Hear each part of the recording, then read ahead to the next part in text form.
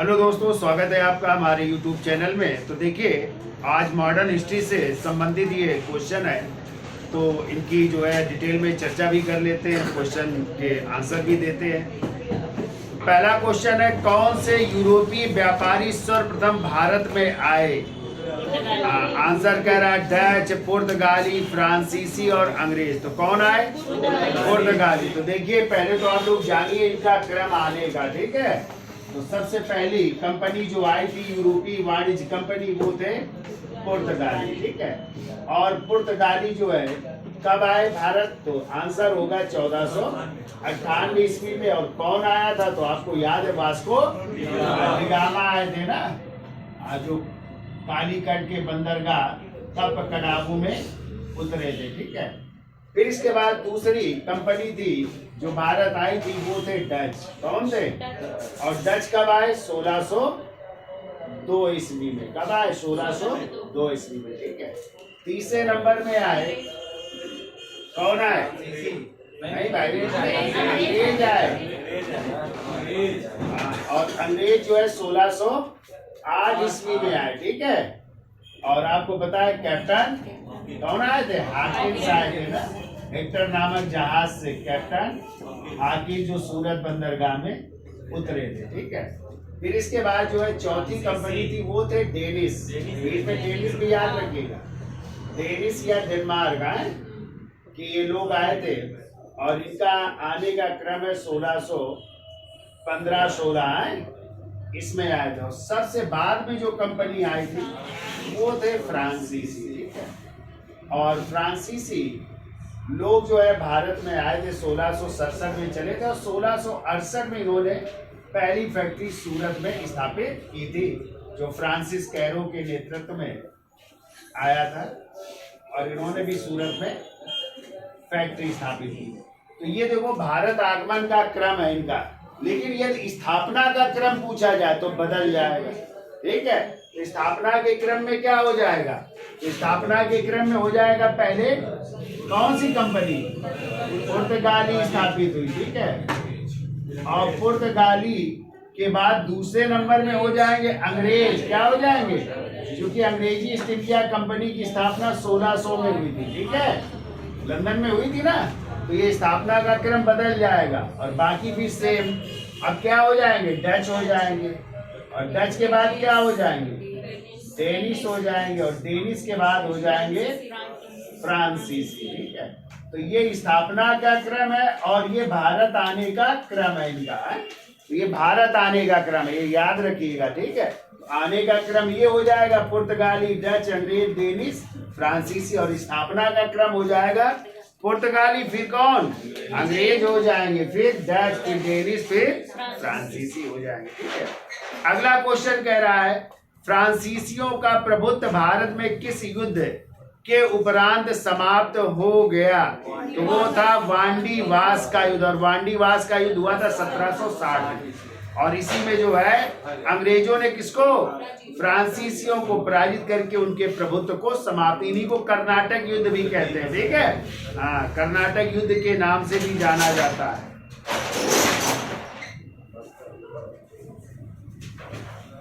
अगला क्वेश्चन कह रहा है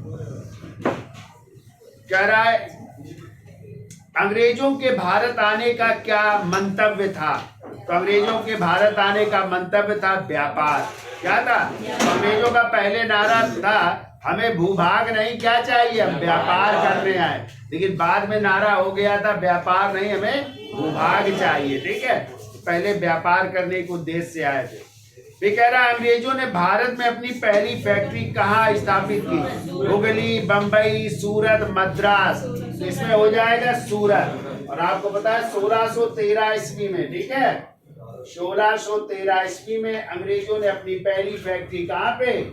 सूरत में स्थापित की। और जबकि आ जाए दक्षिण भारत में या दक्कन में उन्होंने, तो 1611 ईस्वी में कहाँ पे? मछलीपट्टनम में स्थापित की थी। ये भी याद रखिएगा, मछलीपट्टनम में स्थापित की थी। तो ये दक्षिण भारत में या दक्कन में कह सकते हैं। और भारत में आ जाए तो क्या मारेंगे? सूरत मारेंगे 1613 ईस्वी में। आगे आइए, कह रहा निम्नलिखित व्यापारियों के आगमन को क्रमबद्ध कीजिए। तो देखो अभी हमने पढ़ाया है कैसे क्रमबद्ध करेंगे। सबसे पहले पुर्तगाली, फिर डच, फिर अंग्रेज और फिर फ्रांसीसी। तो क्या हो जाएगा आंसर? हाँ, डी हो जाएगा। 2 1 3 4। ठीक कह रहा भारत में पहली फ्रांसीसी बस्ती कहाँ स्थापित की गई थी? चिंसुरा। क्यों? हमने आपको बताया नहीं कि फ्रांसीसी सर्वप्रथम आए और 1668 ईस्वी में फ्रांसिस कैरो के नेतृत्व में इन्होंने सूरत में पहली फैक्ट्री स्थापित की। याद रखिएगा, अंग्रेजों और फ्रांसीसियों दोनों ने सूरत में पहली फैक्ट्री स्थापित की।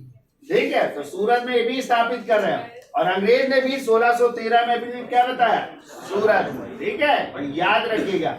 और जब आ जाए पुर्तगालियों ने कहां पे? तो कोचीन में। कहां पे? 1603 में कोचीन में पुर्तगालियों ने स्थापित की थी। याद रखिएगा। आगे आइए, कह रहा सूरत में सर्वप्रथम किसने अपनी फैक्ट्री स्थापित की थी? तो अंग्रेजों ने भी, हमने बताया 1613 में। कह रहा 1690 ईस्वी में कलकत्ता की स्थापना किसने की थी? तो कलकत्ता के संस्थापक हैं जाब चारनाग। और आपको पता है 3 गांव को मिला करके उन्होंने आधुनिक कलकत्ता की स्थापना की। और 3 गांव कौन कौन से थे? गोविंदपुर, सुतनाती और कालीकाता। ठीक है, और इन्हीं तीनों गांव को मिलाकर के उन्होंने आधुनिक कलकत्ता की स्थापना की थी। तो 3 गांव याद रखिएगा, गोविंदपुर, सुतनाती और कालीकाता। इन तीनों गांव को मिलाकर के आधुनिक कलकत्ता की स्थापना करते जाब चारनाग। ठीक है, और आ जाइए मद्रास के संस्थापक कौन है? तो लिख लीजिएगा। देखिए, मद्रास की स्थापना की थी 1639 ईस्वी में फ्रांसिस डे ने। किसने? फ्रांसिस डे ने की थी। और यहीं पर जो है उन्होंने एक किला बनाया था जिसका नाम था सेंट फोर्ट जॉर्ज किला। सेंट फोर्ट जॉर्ज किला। ठीक है, इसकी स्थापना की थी। तो मद्रास के संस्थापक फ्रांसिस डे थे। ठीक है, चंद्रगिरी के राजा से पट्टे पे लिया था ना, और यहीं पे। और जब आ जाए बंबई के संस्थापक, उसको भी लिख लीजिएगा। तो देखिए, बंबई की स्थापना की थी 1669 ईस्वी में गैराल्ड औंगियार ने। तो इनको भी लिख लीजिएगा, गैराल्ड औंगियार ने की थी। ठीक है, तो आप लोगों ने पढ़ा होगा कि 1661 ईस्वी में जो है पुर्तगालियों ने अपनी राजकुमारी कैथरीन ब्रिगेंजा का जो है विवाह कर दिया था। किसके साथ? ब्रिटिश सम्राट चार्ल्स द्वितीय के साथ। ठीक है, कैथरीन ब्रिगेंजा नाम था और इनका विवाह किया था ब्रिटेन के राजकुमार चार्ल्स द्वितीय से। ठीक है, और इन्हीं को जो है दहेज में दे दिया था क्या? बंबई को। तो बंबई दहेज में मिला था चार्ल्स द्वितीय को। और इसी बंबई को फिर जो है 1668 ईस्वी में चार्ल्स द्वितीय ने कितने पाउंड में? 10 पाउंड के वार्षिक किराए पर दे दिया। ईस्ट इंडिया कंपनी को दे दिया था। और इसी ईस्ट इंडिया कंपनी ने अपना पहला गवर्नर जिसे बनाया वो थे गैराल्ड औंगियार। और इन्हें ही आधुनिक बंबई का संस्थापक माना जाता है। ठीक है, अगला क्वेश्चन आइए। कह रहा है नादिर शाह का आक्रमण किस मुगल शासक के काल में हुआ था? तो मोहम्मद शाह रंगीला। तो नादिर शाह को ईरान का नेपोलियन कहते हैं। क्या कहते हैं? ईरान का नेपोलियन। और आप लोग पढ़ोगे 1739 में करनाल का युद्ध। और इसी करनाल के युद्ध में, ठीक है, नादिर शाह ने मोहम्मद शाह रंगीला को पराजित किया था। और इसी युद्ध के दौरान जो है मोहम्मद शाह रंगीला के सेनापति थे खाने दौरा, वो युद्ध में क्या हुए थे? मारे गए थे। और फिर कहते हैं नादिर शाह ने दिल्ली को लूटा 56 दिनों तक।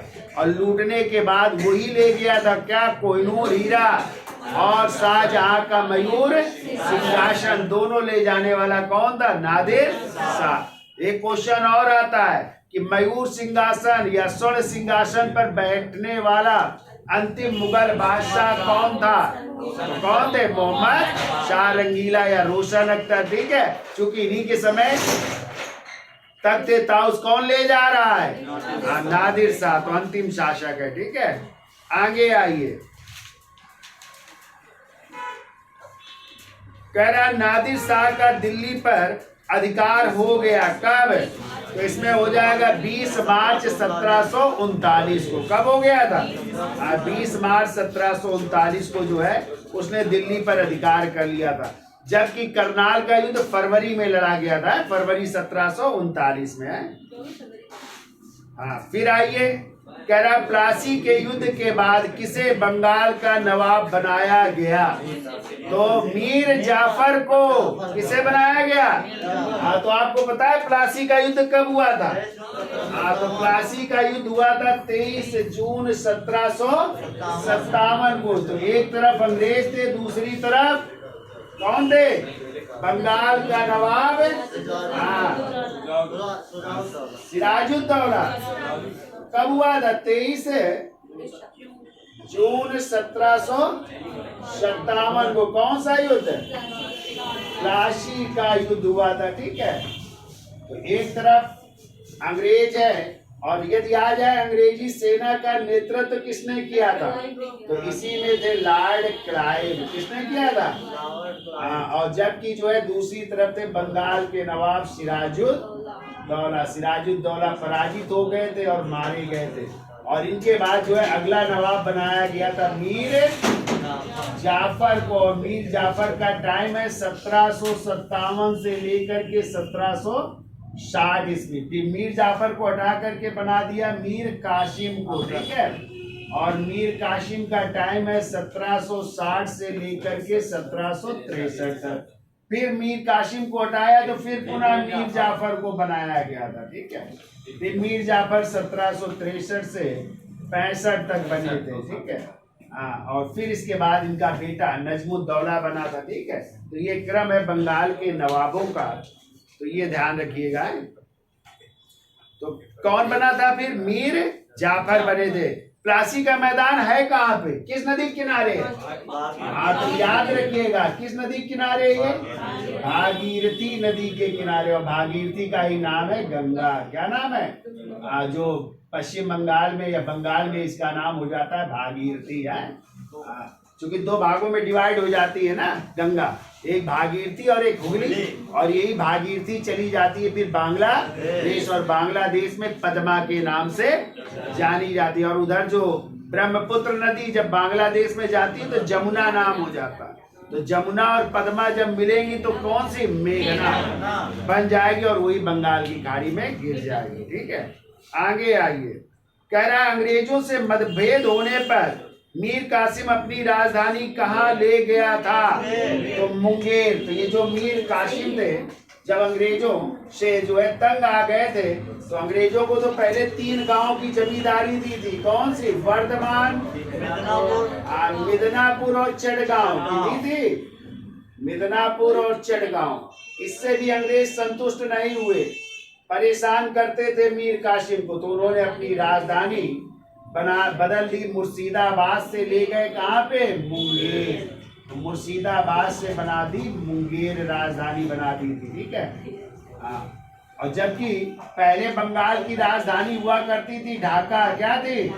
और ढाका से राजधानी मुर्शिदाबाद बनाई थी किसने? मुर्शीद कुली खान ने, जिन्हें बंगाल का संस्थापक माना जाता है। ठीक है, आगे आइए। बक्सर के युद्ध का विजेता कौन था?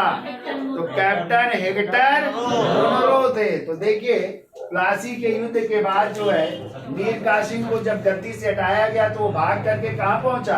अवध। और इस तरह अवध के नवाब शुजाउद्दौला और मुगल बादशाह शाह आलम द्वितीय और खुद मीर कासिम ने मिलकर के एक त्रिपुट बनाया और एक युद्ध लड़ा 22 अक्टूबर 1764 को। ये युद्ध कहलाता है बक्सर का युद्ध। ठीक है, तो एक तरफ बक्सर के युद्ध में है अंग्रेज और अंग्रेजी सेना का नेतृत्व कर रहे हैं कैप्टन हेक्टर मुनरो। याद रखिएगा, चूंकि इस समय लॉर्ड क्लाइव चले गए थे इंग्लैंड, ठीक है, तो इनके हाथों में नेतृत्व था कैप्टन हेक्टर मुंजो।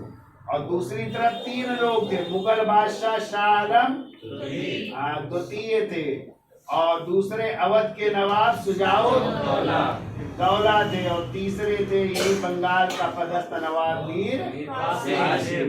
और ये तीनों लोग क्या हो गए? पराजित हो गए।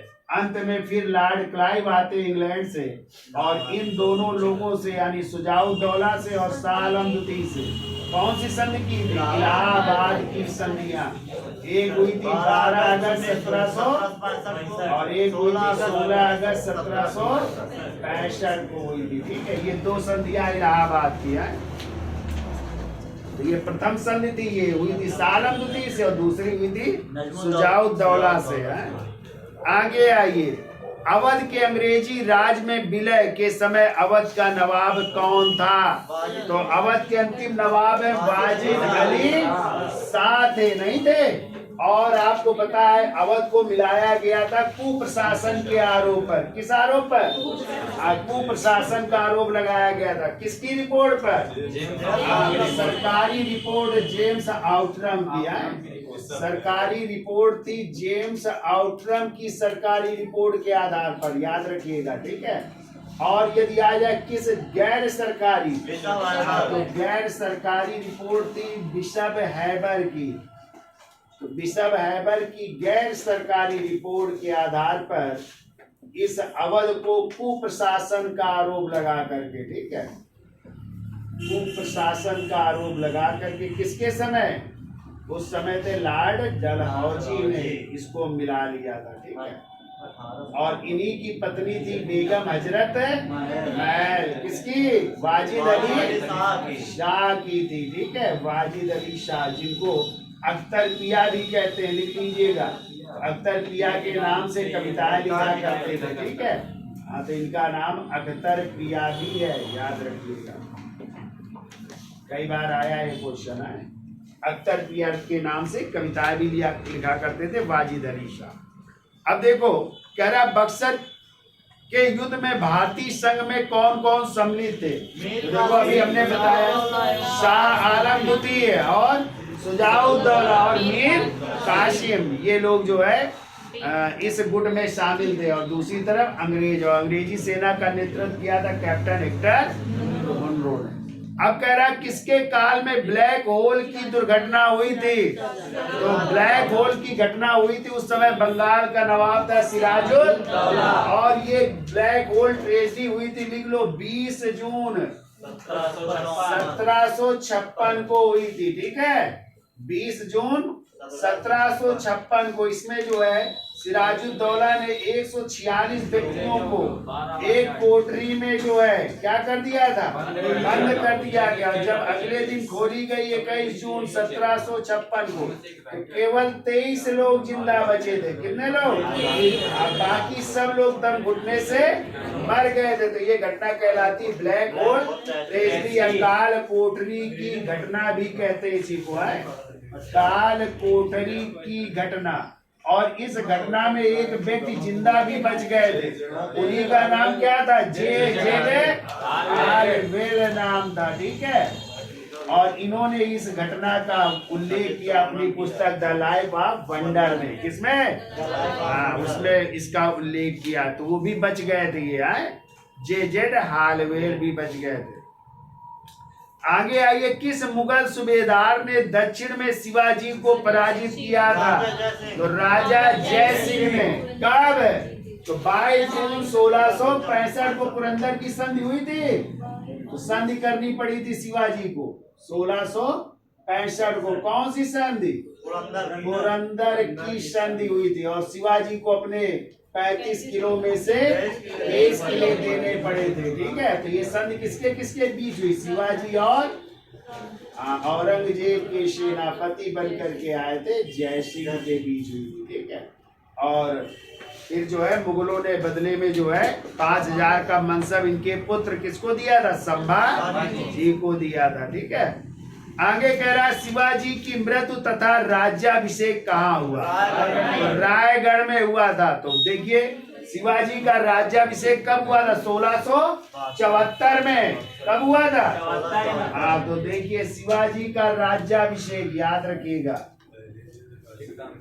1674 ईस्वी में कहाँ पे हुआ था?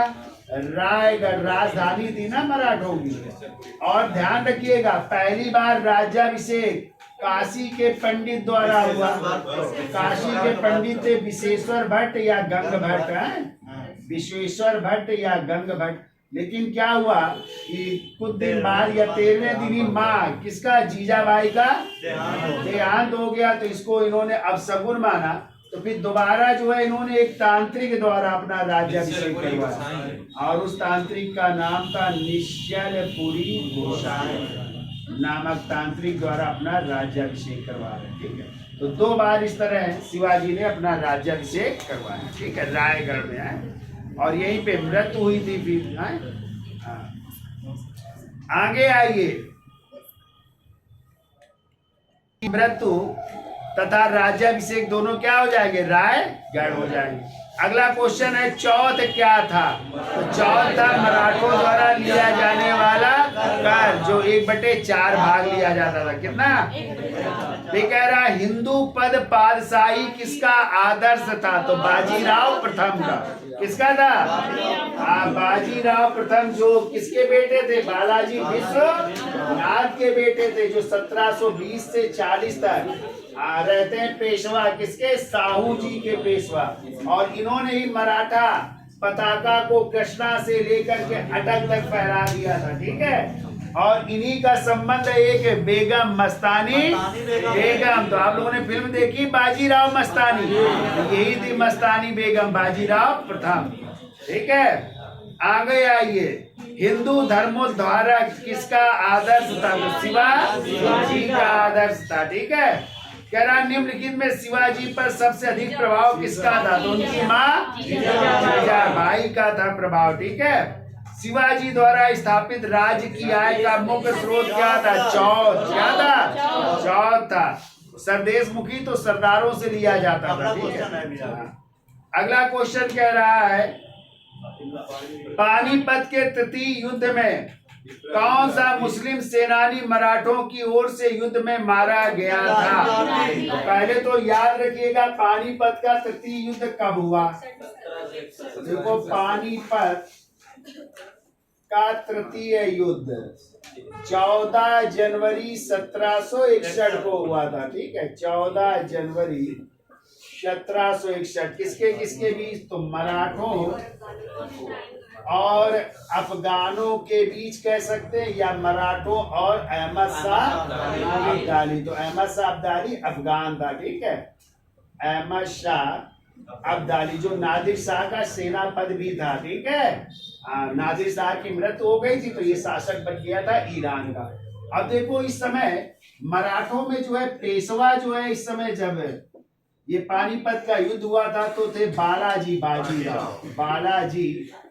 बाजीराव ये पेशवा थे इस समय। ठीक है, इन्हीं को एक और नाम से जानते, नाना साहब के नाम से। तो नाना साहब 2 हुए हैं, एक दोदूपंत और एक ये। ठीक है, तो ये तो बूढ़े थे तो इन्होंने इस युद्ध में अपने बेटे को भेजा, विश्वास राव को भेजा था, और उनकी सहायता के लिए अपने भाई सदाशिव राव को भेजा था, सदाशिव राव भाऊ को भेजा था। तो कहते हैं इस युद्ध में जो है मराठे क्या हो गए? पराजित हो गए, और इस युद्ध में इन दोनों की क्या हो जाती है? मृत्यु हो जाती है। और साथ में जो है मराठा जो सेनापति थे, जो तोप खानों का नेतृत्व कर रहे थे, तो तोप खाने का नेतृत्व कौन कर रहा था? वही है इब्राहिम गारदी। तो इब्राहिम गारदी भी इस युद्ध में मारे जाते हैं। और कहते हैं पराजय की सूचना एक व्यापारी द्वारा कूट संदेश में पहुंचाई गई। किसके पास? बालाजी बाजी राव के पास। और उसी में लिखा था 2 मोती विलीन हो गए, 24 सोने की मोहरें लुप्त हो गई, चांदी और तांबे की तो गणना ही। तो 2 मोती का मतलब ये दोनों लोग मारे गए। ठीक है, विश्वास राव और सदाशिव राव। और जो बड़े मराठा सरदार थे वो भी मारे गए। जो नीचे के सैनिक थे उनकी कोई गिनती ही नहीं थी कितने लोग मरे। तो सर यदुनाथ सरकार जिन्होंने मराठों का इतिहास लिखा है, लिखते हैं कि इसमें कोई भी ऐसे मराठों का घर नहीं था जिसने अपने सगे संबंधी को ना खोया, कोई तो पूरा परिवार इस युद्ध में मारा गया था। ठीक है, तो इस तरह इसकी विजय हुई, अहमद शाह अब्दाली की विजय होती है। ठीक है, और आज पानीपत का पहला युद्ध कब हुआ था? हाँ, तो 21 अप्रैल 1526 को किसके किसके बीच हुआ? बाबर और इब्राहिम लोदी के बीच। कौन जीता? और आज द्वितीय युद्ध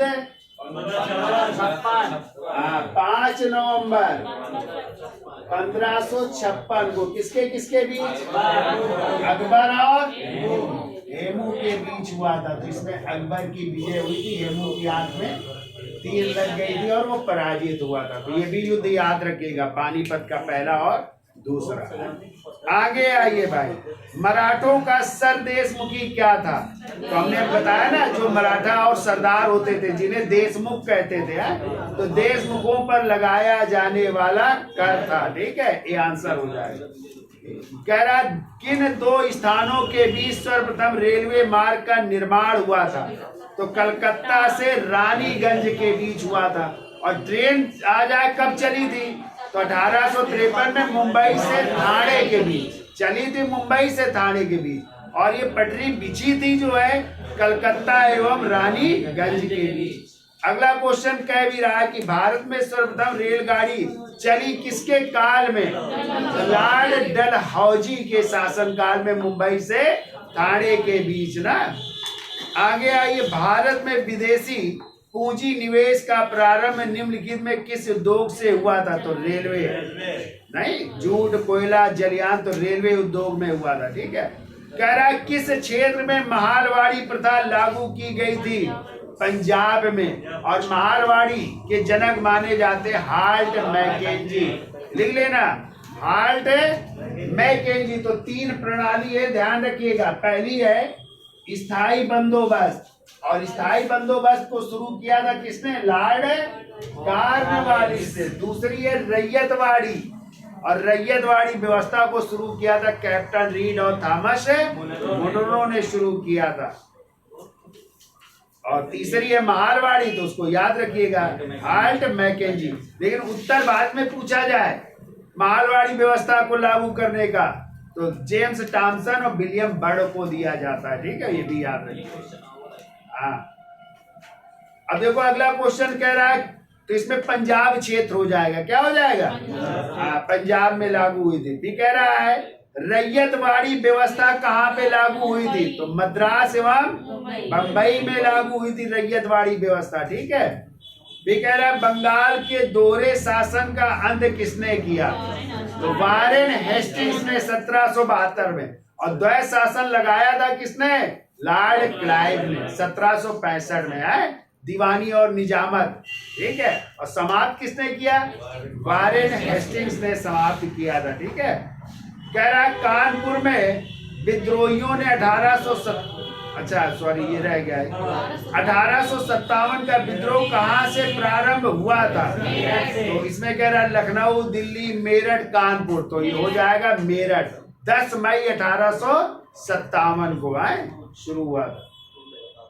कानपुर में 1857 के विद्रोह का नेतृत्व किसने किया था? तो नाना साहब ने किया था, जिनको धोलू पंत भी कहते थे, जो पूना के अंतिम पेशवा बाजीराव द्वितीय के दत्तक पुत्र भी थे। ठीक है, कह रहा 1857 के विद्रोह की असफलता का कारण क्या था? तो संगठन एवं नेतृत्व का अभाव। एक साथ हुआ नहीं और अलग अलग टाइम में हुआ, अलग अलग विद्रोह दबा दिए गए। ठीक है, जबकि विद्रोह की डेट वैसे तो निर्धारित की गई थी 31 मई 1857, और प्रतीक के रूप में किसे चुना गया था? चपाती और कमल, या रोटी और कमल को चुना गया था। ठीक है, आगे आइए, कह रहा 1857 में चर्बी के कारतूसों के विरुद्ध पहली घटना कहाँ हुई? तो बैरकपुर छावनी। कहाँ पे थी बैरकपुर? बंगाल में।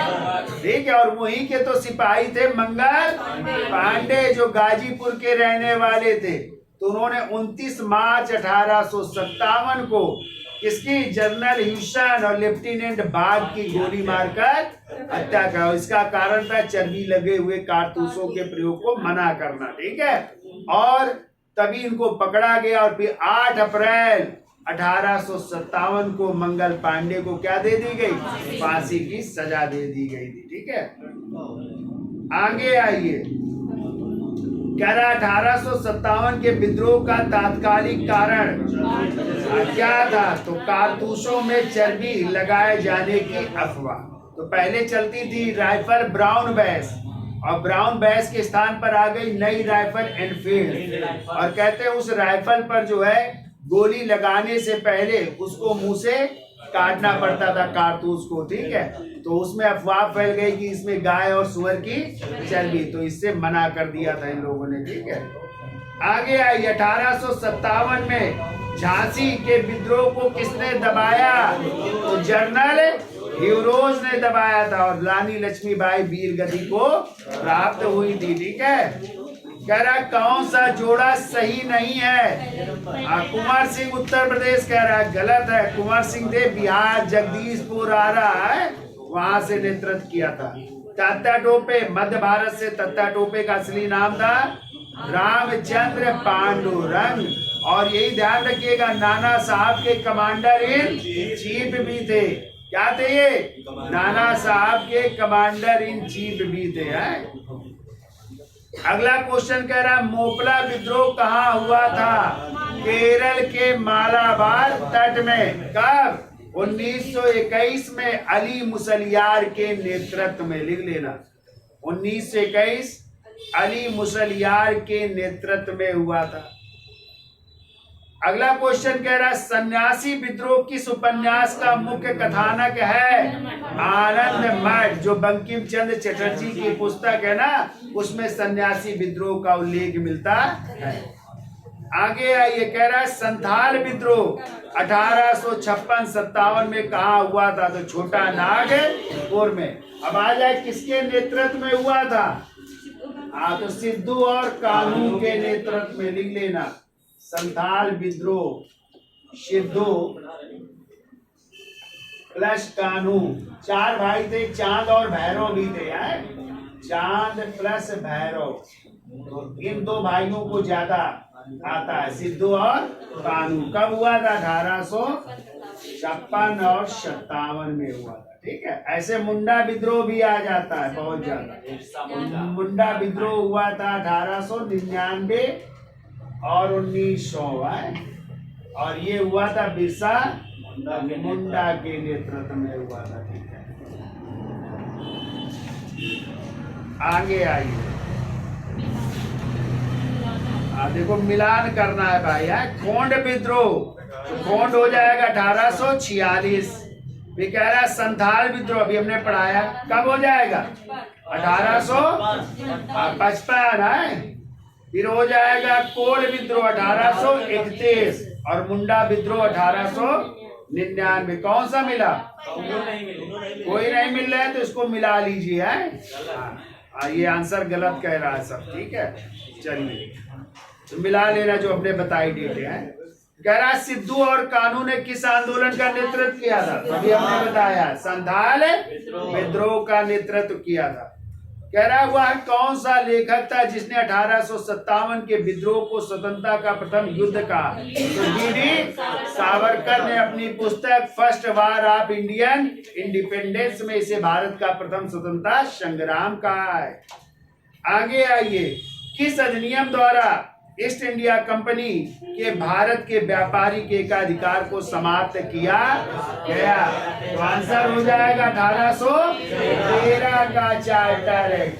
तो 1813 के चार्टर एक्ट में कंपनी के व्यापारिक एकाधिकार को समाप्त कर दिया गया था, लेकिन चाय और चीन के साथ व्यापार को छोड़कर, और 33 आ जाता, 33 में संपूर्ण एकाधिकार छीन लिया गया, ठीक है।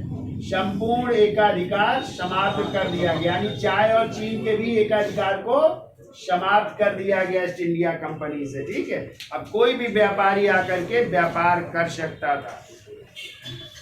आगे आइए, किस अधिनियम द्वारा केंद्र में द्वैत शासन का सिद्धांत लागू किया गया। तो 1935 का भारत शासन, हाँ तो देखो 1919 में प्रांतों में लागू हुआ था द्वैत शासन, तो प्रांतों से हटा करके कहाँ लागू कर दिया गया? केंद्र में लागू कर दिया गया 1935 के अधिनियम द्वारा, है जिसे भारतीय संविधान का आधार भी कहते हैं। ठीक है, आगे कह रहा है संघीय न्यायालय किस अधिनियम की विशेषता थी? तो 1935 के भारत शासन अधिनियम के तहत दिल्ली में क्या स्थापित किया गया? संघीय न्यायालय, जिसके प्रथम मुख्य न्यायाधीश थे सर मॉरिस गवेयर थे। कौन थे? सर मॉरिस गवेयर थे। आगे आइए, कह रहा है मार्ले मिंटो सुधारों का प्रमुख उद्देश्य क्या था? मुसलमानों के लिए पृथक निर्वाचन मंडल का गठन किया गया था। ठीक है, इसी को मार्ले मिंटो सुधार या 1909 का भारत शासन अधिनियम भी कहते हैं। अगला कह रहा है देखो, चीन के साथ व्यापार करने के कंपनी के एकाधिकार को निम्नलिखित एक्ट के द्वारा उन्मूलन हुआ था। तो अभी हमने बताया 1833 के चार्टर एक्ट द्वारा चाय और चीन के भी व्यापार को क्या कर दिया गया? समाप्त कर दिया गया। ठीक है, अगला कह रहा है कलकत्ता में सर्वोच्च न्यायालय की स्थापना हुई थी तो 1773 के रेगुलेटिंग एक्ट के तहत, और इसके प्रथम मुख्य न्यायाधीश कौन बने थे? सर एलिजा इम्पे, और 3 और न्यायाधीश थे, हाइड, चेम्बर्स और लीमेस्टर। ठीक है, कह रहा ब्रह्म समाज के संस्थापक कौन थे? देखिए, ब्रह्म समाज के संस्थापक थे राजा राम मोहन राय थे, जिसका गठन हुआ था 20 अगस्त 1828 को। कब हुआ था? 20 अगस्त 1828 को। और इसी ब्रह्म समाज का पहले नाम था आत्मीय सभा। याद रखिएगा, क्या नाम था? आत्मीय सभा। और इस आत्मीय सभा की स्थापना हुई थी 1815 में। ठीक है, कलकत्ता में राजा राम मोहन राय, और इसी का नाम बदल करके क्या किया गया था? ब्रह्म समाज किया गया था। आगे आइए, निम्न में से कौन मूर्ति पूजा के विरुद्ध उपदेश देते थे? तो दयानंद सरस्वती। ठीक है, कह रहा सती प्रथा का उन्मूलन किसने किया?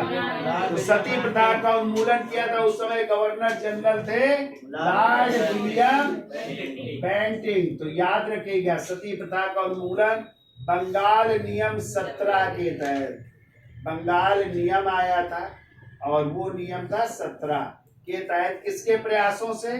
राजा राम मोहन राय के प्रयासों से समाप्त किया था लॉर्ड विलियम बेंटिंग के समय 1829 में। कब हुआ था? 1829 में, याद रखिएगा।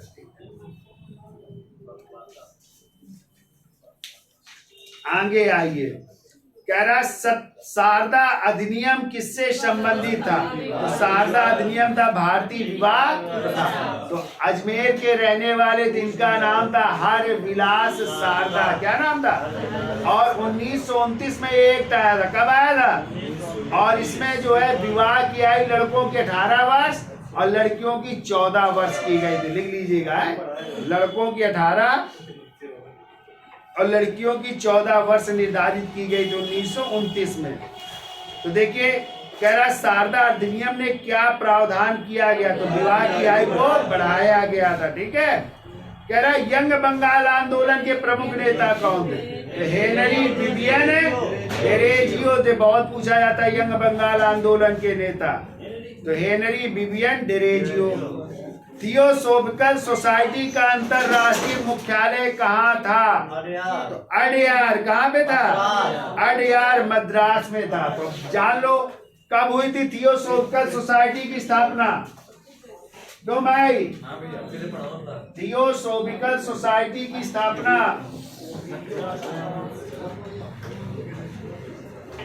थियोसोफिकल सोसाइटी 1875 में। कहाँ पे? न्यूयॉर्क में। किसने की थी? Colonel Olcott. कर्नल अलकाट और मैडम ब्लावत्स्की ने।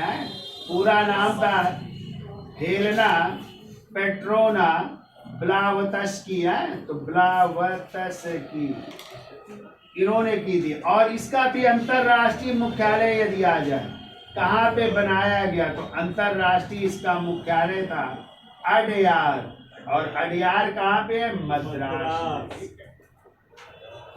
ये कहानी है थियोसोफिकल सोसाइटी की है।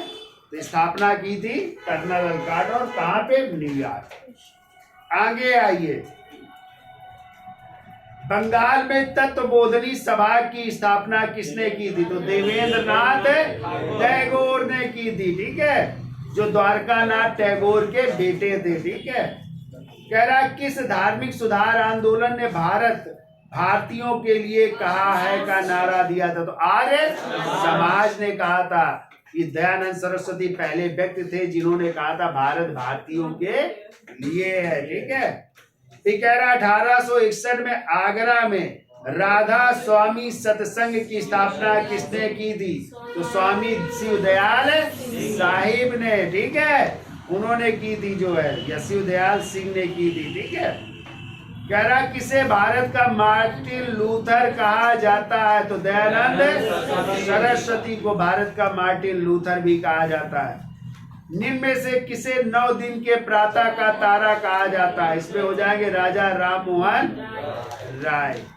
फिर कह रहा है निम्न जाति आंदोलन के प्रणेता महाराष्ट्र में कौन थे, तो ज्योतिबा फूले, जिन्होंने चलाया था सत्य शोधक समाज की स्थापना की थी ना, और इन्होंने एक पुस्तक लिखी थी, बताइए, गुलाम गिरी, बहुत पूछी जाती, लिख लेना। कह रहा नील आंदोलन 1859-60 से संबंधित है, तो किसान आंदोलन से तिनकटिया प्रथा, यहाँ पे अग्रिम भुगतान किया जाता था, जिसे ददनी प्रथा कहते थे। क्या कहते थे, हाँ, तो वही है। तो ये हुआ था बंगाल के नादिया जिले में दिगंबर विश्वास और विष्णु विश्वास के नेतृत्व में, और इसी का उल्लेख किया दीनबंधु मित्र एंड्रूज ने अपने नाटक नील दर्पण ने। और राजा किस समाचार पत्र ने, तो हिंदू पैट्रियार्क ने इसका विरोध किया था, ठीक है, और वो था हरिश्चंद्र मुखर्जी का समाचार पत्र। आगे आइए, कह रहा है बंगाल का तेभागा आंदोलन था, तो गरीब किसान वर्ग से संबंधित था। किस वर्ष अखिल भारतीय किसान सभा की स्थापना हुई थी, तो 1936 में हुई थी, ठीक है, जिसके अध्यक्ष थे स्वामी सहजानंद सरस्वती थे। अगला क्वेश्चन कह रहा है all India trade union Congress के प्रथम अध्यक्ष कौन थे, तो देखो all India trade union AITUC, ठीक है, इसकी बैठक हो रही 1920 में, कहाँ पे, बंबई में, और इसी के अध्यक्ष बन रहे लाला लाजपत राय, याद रखिएगा, ठीक है, लाजपत राय। और जबकि इसकी स्थापना की थी NM जोशी ने, नारायण मल्हार राव जोशी, ठीक है, और अध्यक्षता की थी किसने, लाला लाजपत राय। कई बार क्वेश्चन आया, याद रखिएगा। कह रहा भारत सरकार ने किस एक्ट द्वारा भारतीय प्रेस पर पाबंदी लगाने तथा नेताओं को बंदी बनाने की कोशिश की थी, तो वर्नाकुलर प्रेस एक्ट कब आया था, 1878 में लॉर्ड लिटन ने लागू किया था। किसने, तो क्वेश्चन आता है किन समाचार पत्रों पर लागू हुआ था, ईश्वर चंद्र विद्यासागर के सोम प्रकाश में। और कौन सा समाचार पत्र था जो रातों रात उसने बंगाली से अंग्रेजी में कन्वर्ट कर दिया, अमृत बाजार पत्रिका, मोतीलाल घोष की। आगे आइए, किस ब्रिटिश शासक के काल में नागरिक सेवा का प्रारंभ हुआ, लॉर्ड कॉर्नवालिस को नागरिक सेवा का जन्मदाता माना जाता है, कई बार क्वेश्चन आया है, ठीक है, तो नागरिक सेवा का जन्मदाता लॉर्ड कॉर्नवालिस को कहते हैं। कह रहा हंटर आयोग ने किसके विकास पर बल दिया, तो हंटर आयोग आया था 1882 में, और इसने प्राथमिक शिक्षा पर जोर दिया था। और एक हंटर कमीशन और था जो जलियांवाला बाग कांड की जांच के लिए गठित हुआ था, ठीक है, तो 1919 में, और ये शिक्षा से संबंधित था, वो भी प्राथमिक शिक्षा से। ये 1882 में आया था, ठीक है, लॉर्ड रिपन के समय। कह रहा पुस्तक तथा उसके लेखक का कौन सा जोड़ा गलत है, अनहैप्पी इंडिया लाला लाजपत राय की सही है, इंडियन मिरर केशव चंद्र सेन का सही है, इंडिपेंडेंट मोतीलाल नेहरू का, ये भी सही है। अब भूदय गांधी जी का नहीं है, भूदय लिख लो मदन मोहन मालवीय जी का ये समाचार पत्र है। मदन मोहन मालवीय जी का ये समाचार पत्र है, ठीक है। फिर देखिए कुछ क्वेश्चन और है। यंग इंडिया के संपादक कौन थे? महात्मा गांधी। कौन थे? महात्मा गांधी। फिर कह रहा अल हिलाल किसका था? तो मौलाना अबुल कलाम आजाद का था, ठीक है। सती प्रथा का कानून किसके समय बना? लॉर्ड विलियम बेंटिंक के समय।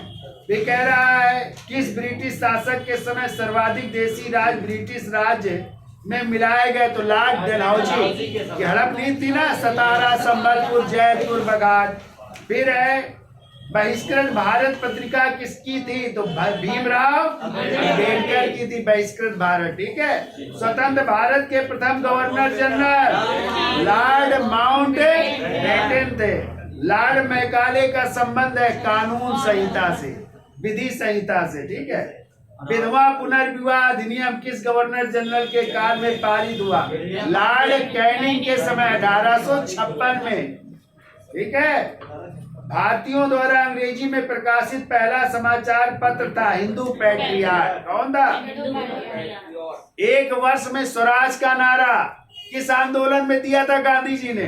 असहयोग आंदोलन में एक वर्ष में स्वराज का नारा दिया था।